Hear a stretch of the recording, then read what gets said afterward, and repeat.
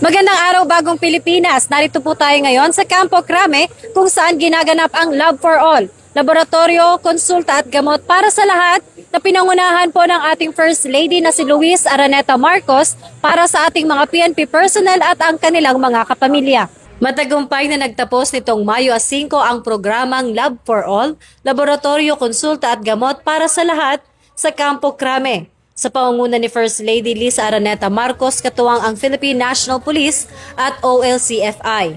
Ang malakihang inisyatibong ito ay nagsimula noong Abril 28 ay hindi lamang nagbigay ng libreng laboratory test at mahalagang gamot kundi naging sentro rin ng mas pinalawak na serbisyo mula sa iba't ibang ahensya ng pamahalaan gaya ng Pag-ibig Fund, CHED at LTO at iba pang ahensya.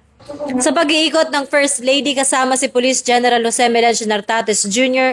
at iba pang opisyal ng PNP sa mga nakatalagang booth sa Marawi Liberation Park sa loob ng Campo Crame, binigyang pansin din ang mga espesyal na serbisyo gaya ng libreng check-up sa mata, pamamahagi ng reading glasses, seedlings, bigas, tsinelas at mga grocery packs para sa mga benepisyaryo. Ang tagumpay ng nasabing aktibidad ay isang malinaw na refleksyon ng PNP-focused agenda na naglalayong itaas ang personal, moral and welfare ng mga bayaning naka-uniforme at ng kanilang mga pamilya.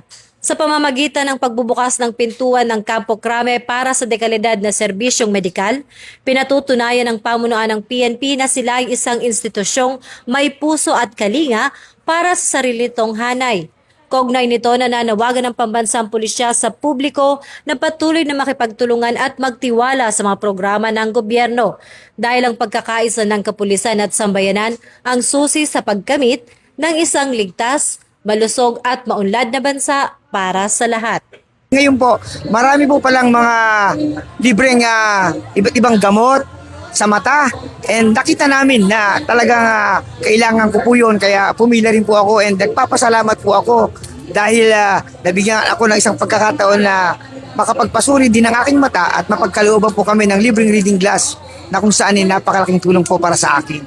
So muli po sa ating pong mahal na Luis Araneta Marcos at sa ating pong mahal na Pangulo, maraming salamat po.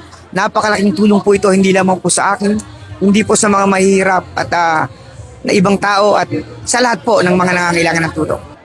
Para sa mga kinakailangan ng mga kababayan natin na nangangailangan nito, mayroon po tayo 15 wheelchair.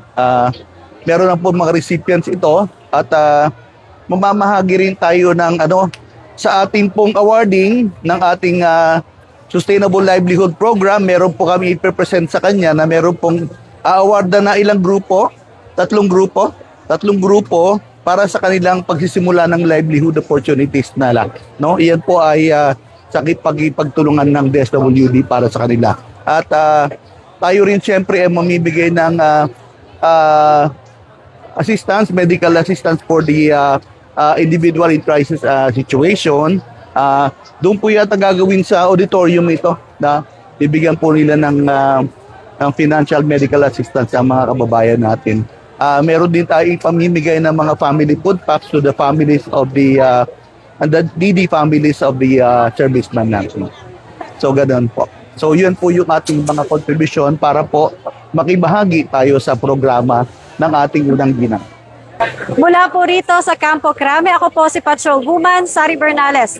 Nagbabalita para sa Police News Network. At ito ang Bagong PNP para sa Bagong Pilipinas. Serbisyong mabilis, tapat at nararamdaman.